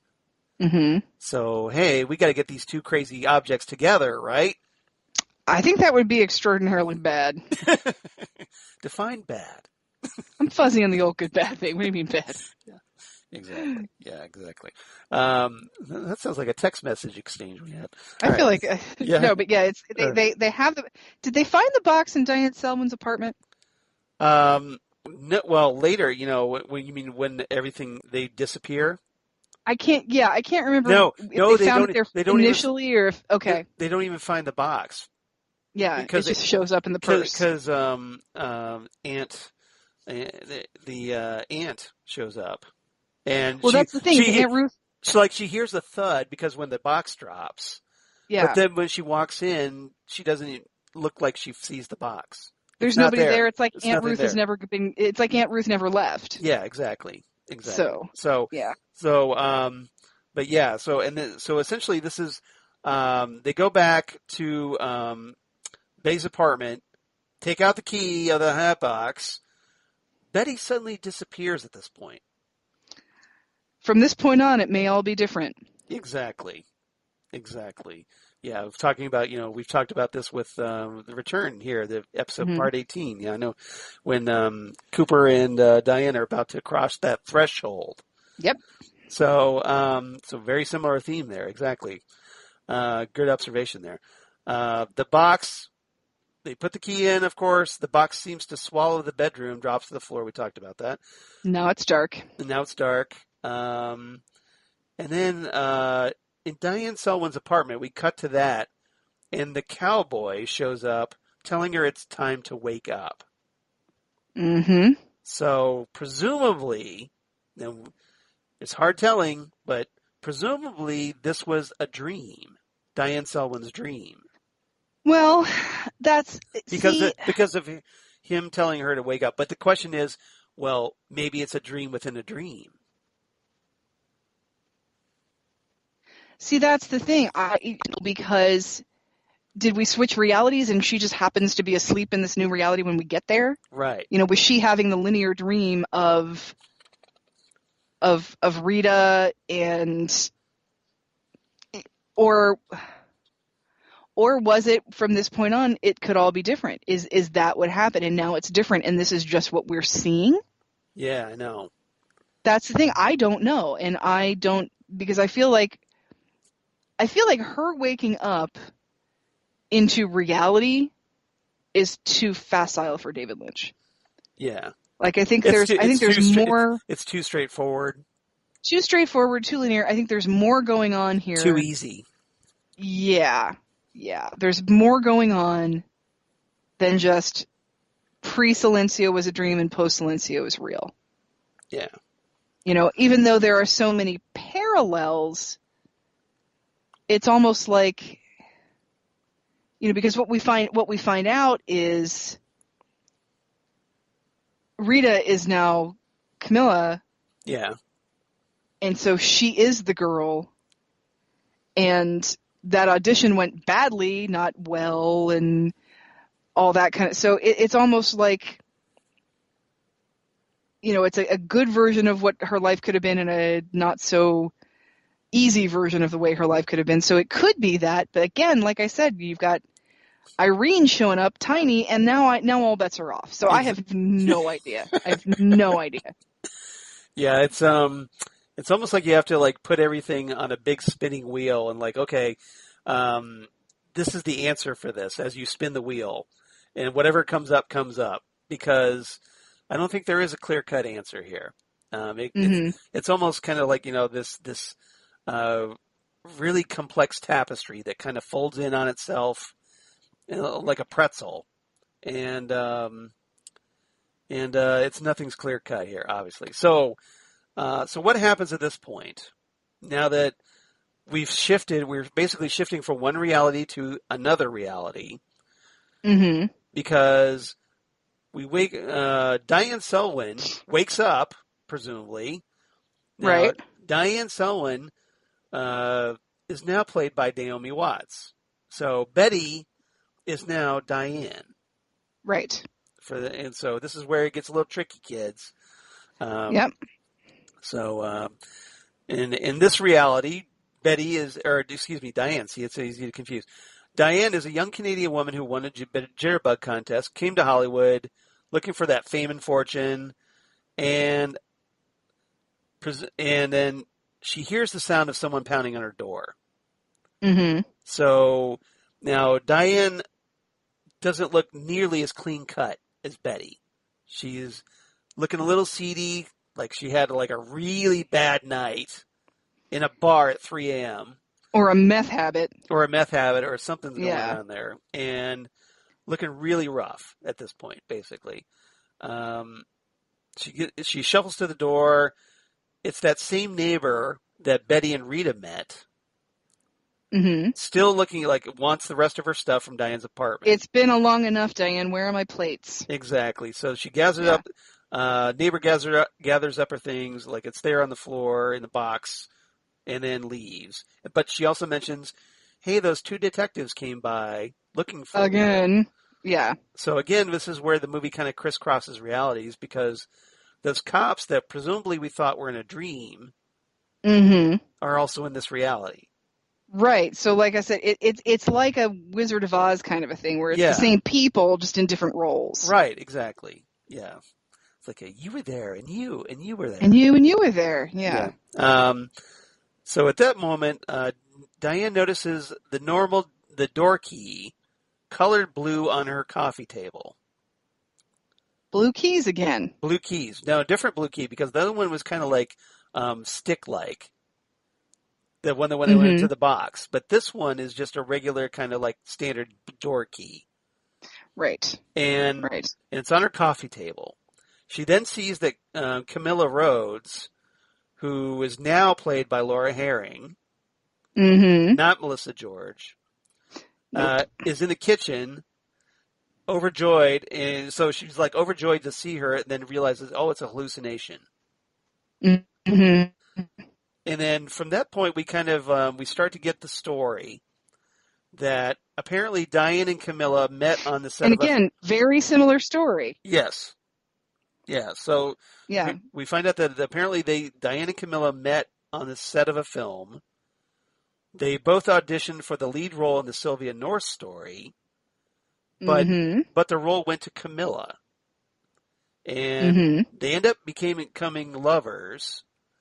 And in this reality, Camilla managed to like get some small roles for Diane, but then she got kind of bored with their relationship and broke it off. Right.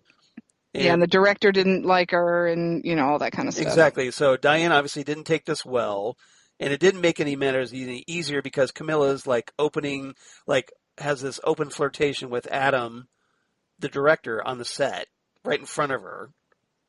Yeah. There's a scene where sitting in the car and Adam's trying to show the lead actor how to kiss Camilla.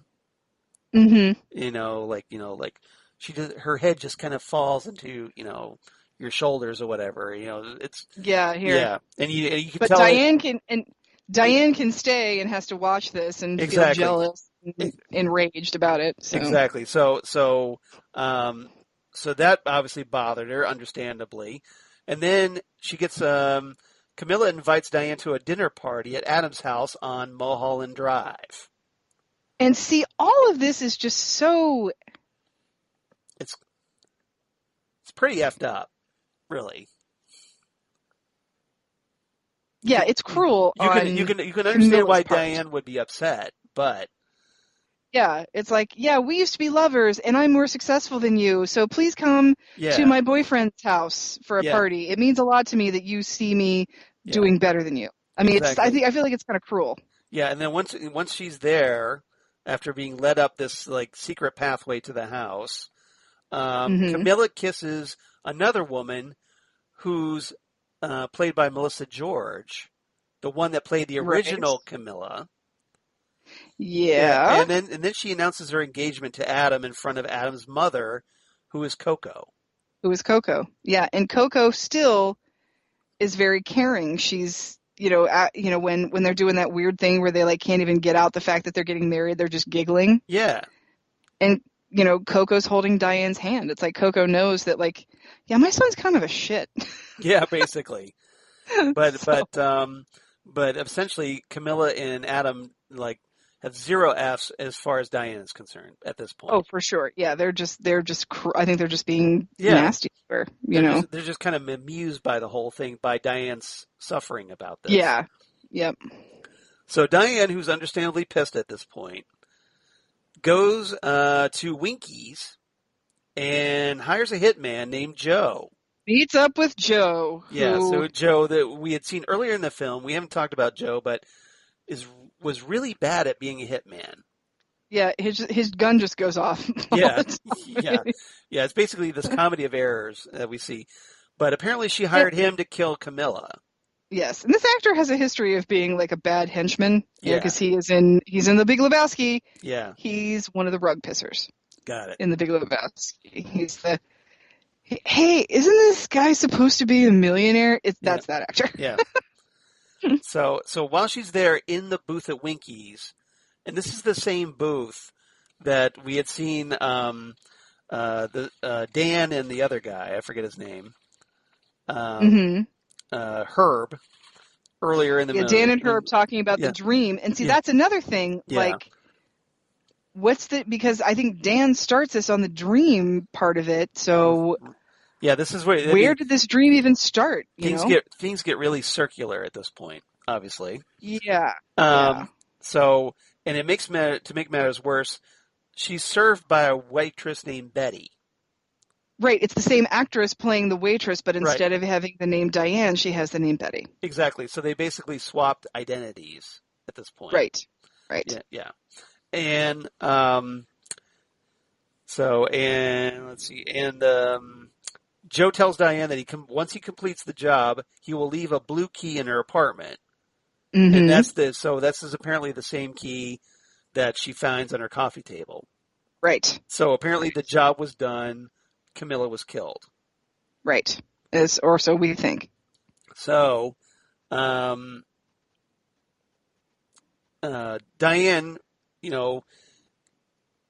starts to become racked with guilt over this.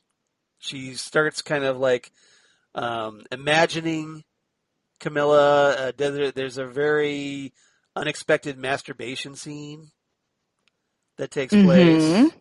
And it's because she loves her, but she hates her for being as cruel as she is. She hates that she's so cruel, but she can't help but love her. Yeah, so it's like she's trying desperately to be with her, even though she's not really being with her at this point. Right. Yeah. Exactly. So she's imagining herself, and she's got that sort fantasizing.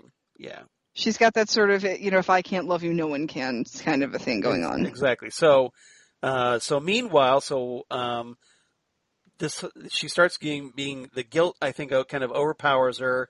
She knows that the police are kind of closing in. Mm-hmm. So, she ends up going and committing suicide, shooting herself in the head, and then collapsing dead on the bed, face down, just like the corpse that Betty and Rita found. In reality number 1. And she starts going kind of crazy, and that's when she sees the little tiny people, the little tiny Irene. Yeah. Everybody got that? Everybody getting this so far? Just checking. Yeah, so if you're lost, that's understandable, but... Welcome to the club. Yeah, welcome to the club, right? Welcome to the party, pal. Come out to the coast. We'll watch Mulholland Drive. We'll have a few laughs. Nice. Exactly. So that's 3 topics right there that we went through. Mm-hmm. And we still have even more to talk about. So the question is, do we want to cut it here and follow this up in a part 2? Or do we want to keep going? Well, the movie's almost over, so let's finish the movie and then we'll talk. Okay, well, all right. We'll try and hurry this up.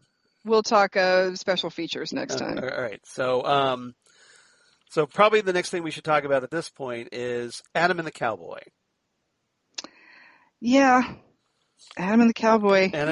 So we obviously know what Adam's kind of up to, and the way we're kind of introduced to him is he has this meeting downtown, back in reality number 1, with his agent and a couple of producers, and then the Castellani brothers, played by Angelo Badalamenti and Dan Hedaya.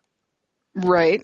And the brothers kind of show Kesher the headshot of the actress named Camilla Rhodes, who's played by Melissa George. This is the girl. Yeah. And they basically say, this is who you're going to cast for your film. And was like, no, I don't think so. He's like, F you. And then they... Yeah. freeze his assets and, just basically make his life very difficult. Well, this is after he gets pissed and goes out and smashes up their limo. before driving off in his Right. Porsche. Yeah. Right. Or Exactly. his So BMW or whatever. Like I said, there's some sort of Johnny Fontaine deal that's happened. Yeah. And that's when he goes home and finds Lorraine with Gene the pool guy. Gene the pool guy. Yes. Yeah, we talked about that. And then like some goons sent by the Castiglianes show up and beat up his wife and Gene. Apparently. I love her jumping on the guy. Get out of here! Get out! Like, yeah, and really, he just kind of like picks her up because he's so huge and she's so little. This guy is like as tall as he is wide, right? So and he is not short. So he's just kind of like like it's like he's taking one of his kids off of his shoulders, going, "Get off of me!" And then punches. Seriously. Or no, he punches her. Then he throws her off. That's right. He punches her. He does this kind of like backwards punch in the face. And then just like matter-of-factly just throws her to the wall and the floor. Yeah, she doesn't have enough of a healthy sense of, what's actually the right thing to do. Yeah. Well, to be fair, she kind of had it coming probably. But anyway. Well, I mean, she's a terrible person, so she can't figure out don't jump on a mobster. That's maybe especially hired goons. Hired goons.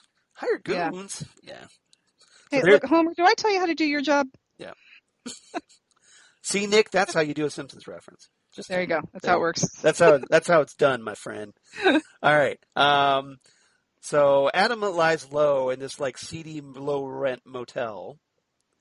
And we're still in the first reality with this, too. Yeah, this is all in the first reality. Yeah. So we find it. Yeah, Adam finds out that basically he's broke, and he calls his assistant, and she tells him that.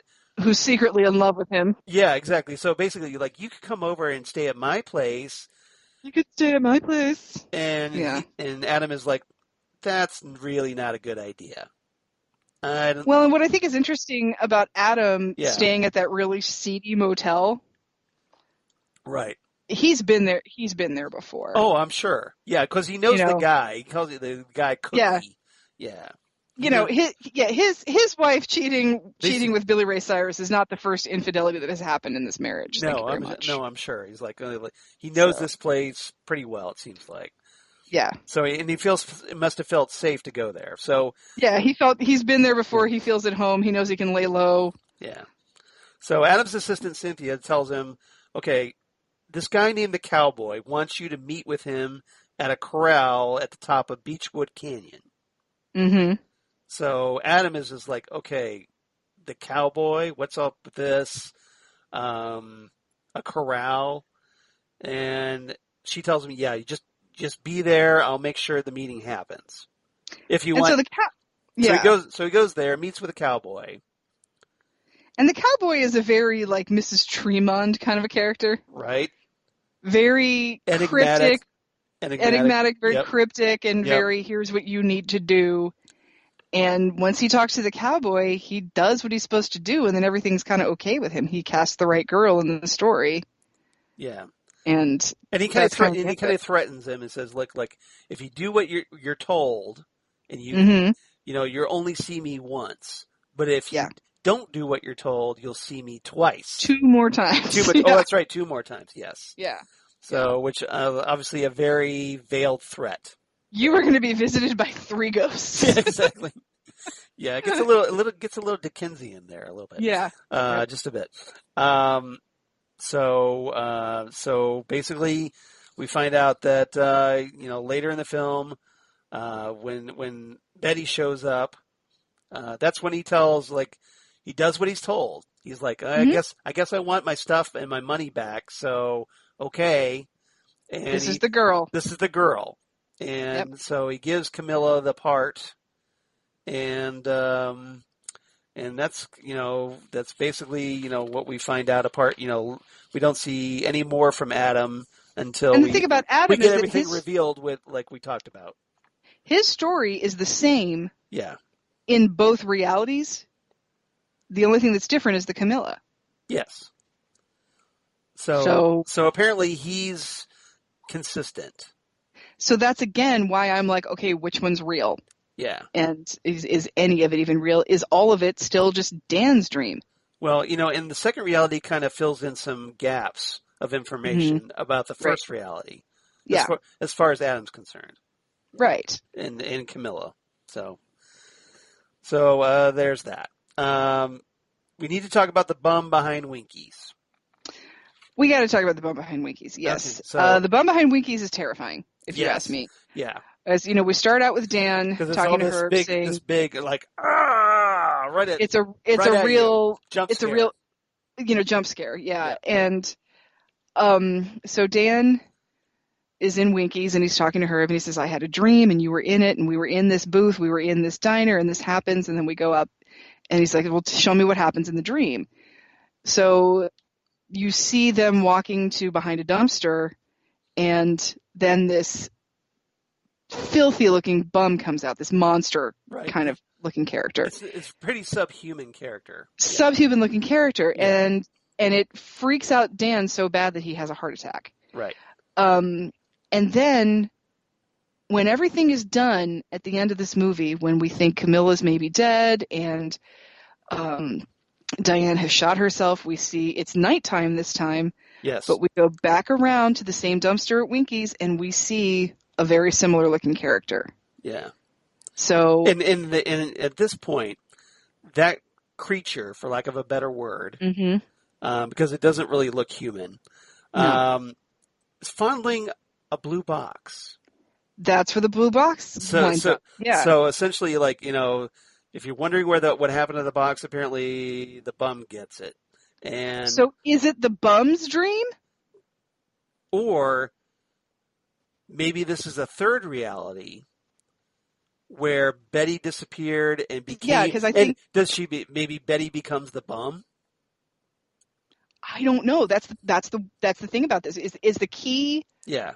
And not literally, but is the key to this whole story the box? Yeah. Is it Dan? Is it Betty? Is it the bum? What, you don't know. There's so many different elements. And you see like some of these may be like red herrings, but possibly.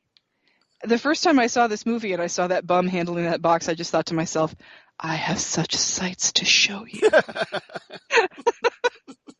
Because what the hell is going on with this box? Yeah. And that's a rule. Yeah. Apparently the bum is a Cenobite, but the bum I think is a Cenobite. I think the bum is a prototype for a woodsman from The Return, from the Twin Peaks: The Return. I think just just the dirtiness of the look, the filthy face, and all of it is like that. So That's a great observation because I mean I can totally see Lynch being inspired or just saying that's the kind of character I want.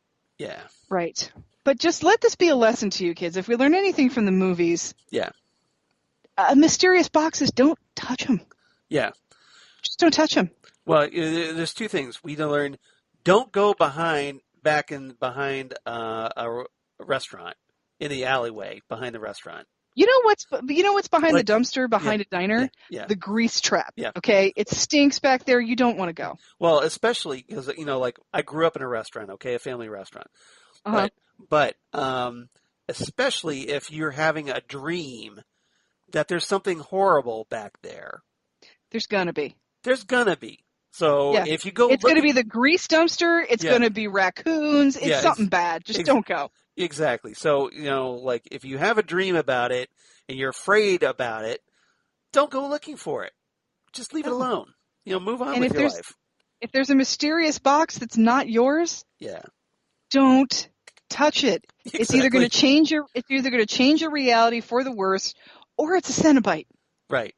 Okay. And nobody wants that. Yeah. No, it's not a good look. No. So, you either end up as Diane Selwyn or you're bum behind the dumpster or something. Or you're Doug Bradley. Or you're Doug Bradley, exactly. With puzzle boxes. Yeah, exactly. So, stay the hell away. Yeah. But and you got pins in your head. Go figure. Yeah. Or you're Catherine Martell. And your brother is Dan O'Hurley. Yes. And you're trying to figure out if it's your birthday or Eckhart's birthday or whatever. And you know what it is? It's a key to a bomb. All right? Stay away from mystery boxes. Pretty much. Yeah. Yeah. It gives you nothing but trouble. So. Nope. Important safety tip. Thanks, Dan. All right. That's bad.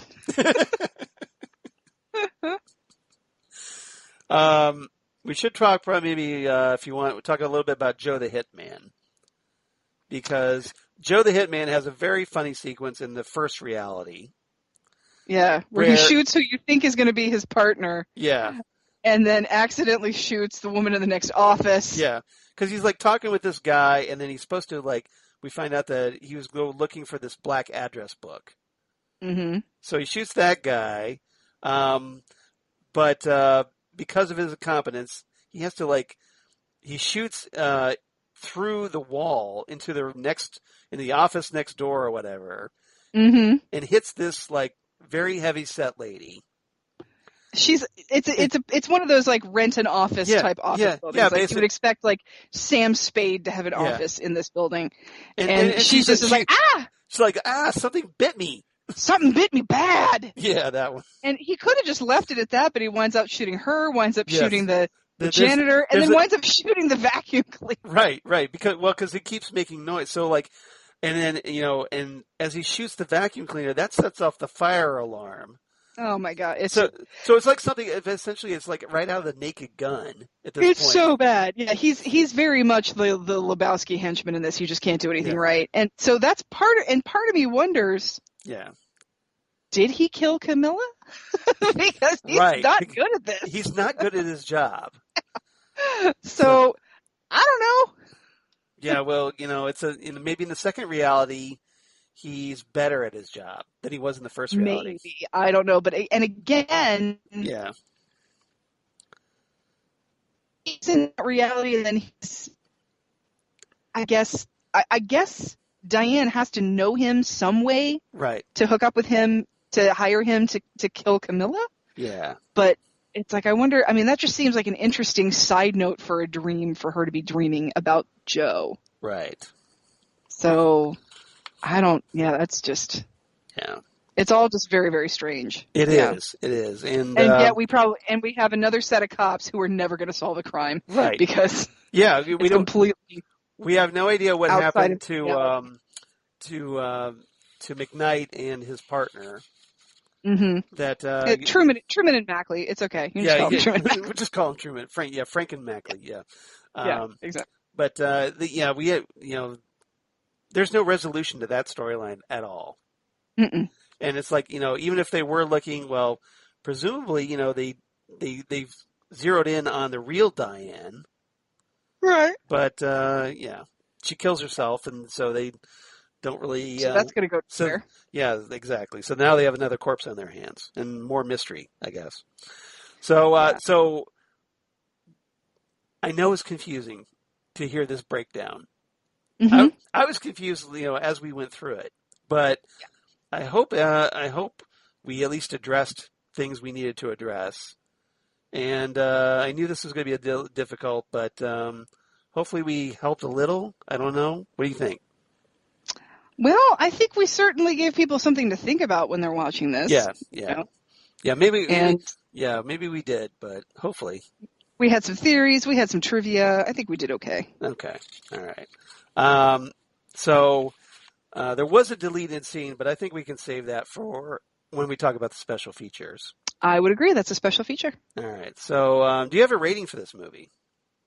Yeah, I do. I love this movie. Yes. I think it's great, and I'm going to give this 9 out of 10 Hollywood sign fonts. Oh, okay. Yeah, we do get to see that. Yes. If you notice, the credits of this movie are done in the Hollywood sign font. Yeah, exactly. So, that was good. Yeah, this is I was talking about this with Chris when I was watching it, and I think it might be my third favorite David Lynch movie after Blue Velvet and Inland Empire. Interesting. Yeah. Yeah, I might put this second. Okay. After Blue Velvet. Yeah, Blue Velvet's number one, for sure. Yeah. Okay, so we're at least on sync. Wild at Heart is probably next. Wild at Heart loses a few points because I have to watch Hillbillies. Yeah, I was not a fan of that either. I love Wild at Heart, but they are some shit kickers, those characters. Yeah. But yeah, it might be 2 for me. We'll see. Okay. I also give this 9 out of 10. I'm going to give it 9 out of 10 jump scare bums behind Winkies. That's a good one. Yeah. Yeah. Interesting though, The bum was supposed to be male, but it was played by a female actress. Mm-hmm. Right. So the bum, I feel like the bum is sort of gender fluid. Well, see, that's why I kind of wondered if the bum is actually what happens to Diane. Who knows? Is the we bum? Don't know. Or is the you don't know. We don't just know. know. Yeah. We'll see. But anyway, now normally I would mention that, hey, we actually have some mail. Hey, rock on. Yeah, we got 2 letters, believe it or not. Awesome. But the question is, we're kind of running really long here, so should we save those for next time? Yeah, let's save those for next time because I don't want people who wrote letters to feel like we're rushing through their letters. Right. So I want to give apologies to Matthew Curtis, who was kind enough to write in. Mm-hmm. We got your email, got the Gmail. The Gmail. And also a certain DJ Nick, who wrote in with a review of his review of Mulholland Drive. DJ Nick, that sounds familiar. I know, right? We definitely want to give DJ Nick some time. We might have heard something about it. So, yep. So we don't have to rush through those. Yeah, why don't we just save those because we're going to talk more Mulholland Drive next time. And since we're doing letters next week, write us one. Exactly. So since we'll have some more time, if you want to be like Matthew Curtis and DJ Nick, please do write to us at ghostwoodpodcast@gmail.com, ghostwoodpodcast@gmail.com, or you can reach out to us on Twitter at Ghostwoodcast on Twitter, or on Facebook, Ghostwood the Twin Peaks Podcast. And Xan, where can they reach you? Facebook as Xan Sprouse, or the Twitters and the Instas as Udinax19. Right. And give you more movie trivia, especially about classic Hollywood right now. Right. You can hear me with DJ Nick and Rachel Friend on the Gold Standard podcast, where we talk about great Oscar-winning movies. Yeah, I was a big fan of that podcast. I listen loyally and really enjoy it. You guys are awesome on that. And, Xan is obviously this big fountain of knowledge and has the perfect forum to deliver said knowledge to everybody. So, well, I think Rachel and I both like doing the research and getting the little nuggets of trivia and learning about classic Hollywood because, it's not something you're more familiar with it than she is, I think. I am a big fan of classic Hollywood. I am a big fan of silent films, and Rachel is sort of coming into that. She's learning, and I think she's becoming a fan. She's almost like your protege a little bit. I grew up in a house of classic Hollywood. My parents are old movie buffs and stuff like that. So a lot of these actors I know and have seen, and so just sort of learning about what's going on in the studio system at the time and things like there's been some fun factoids. Yeah. And so obviously if you enjoy Xan here, you need to be checking out Gold Standard. So just saying. Or if you enjoy talking about movies, but David Lynch is a little beyond you. Yeah. Yeah. Well, for one thing, if David Lynch isn't in your wheelhouse, why are you listening to this podcast? I'm just kind of That's wondering. The thing. My mom does not listen to this podcast. Because she's like, I cannot get a frame of reference. I have no idea what the hell you're talking about. So, but she does like Gold Standard for that reason because she can get a grip on things. What about you, Charles? Where are you? Well, I think your mom and my wife, Lori, are pretty much in the same boat. I think my mom and your wife should get together and go bowling. Pretty much.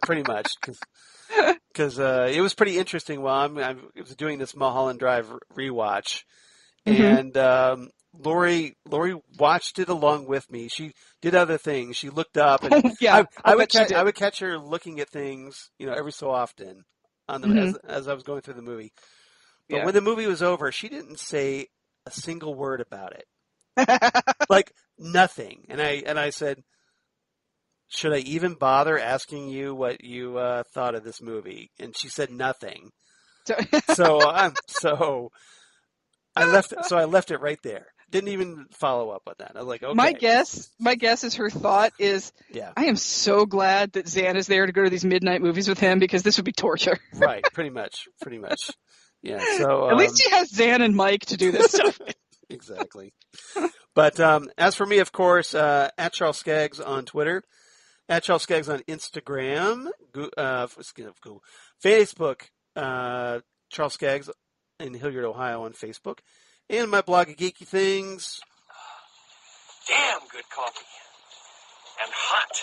Damn good coffee and hot.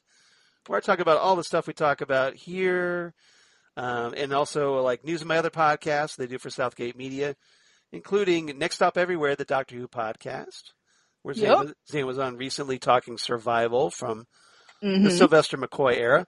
And then the Phantom Zone podcast they do with Jesse Jackson, where right now we're talking Stargirl, that's on DC Universe and the CW. And that just got picked up for season 2. So, did it really? That's great. Yeah, so it's a fun little show, and so it looks like we'll probably be talking more Stargirl eventually if they ever like restart Hollywood production again. Mm-hmm. And then, of course, Titan Talk, the Titans podcast, that I'm currently hosting with DJ Nick. Maybe you've heard of him. Maybe you've heard of him. As we're talking Doom Patrol Season 2, which has been a blast because his enthusiasm really comes through, as you probably know. So. Oh, yes. So, yeah, we have a ball talking that. So, if you enjoy that, please check out my other podcast. We definitely appreciate it. In the meantime, next time on Ghostwood, episode 80. Can you believe we've done we're up to 80 of these? Letters and special features, y'all. Exactly. So, essentially, this is going to be the Mulholland Criterion episode. Yep.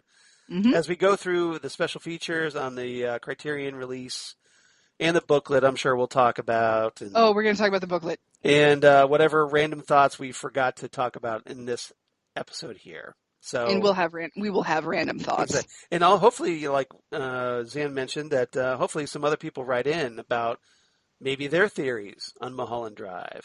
For sure. So please do. Please write to us. Please explain it to us. Yeah, exactly. Yeah, give us your theories because David Lynch isn't going to tell us. So. Yeah, we have no idea. You just listen to our podcast. You know we have no idea what's going on. So explain it to us, please.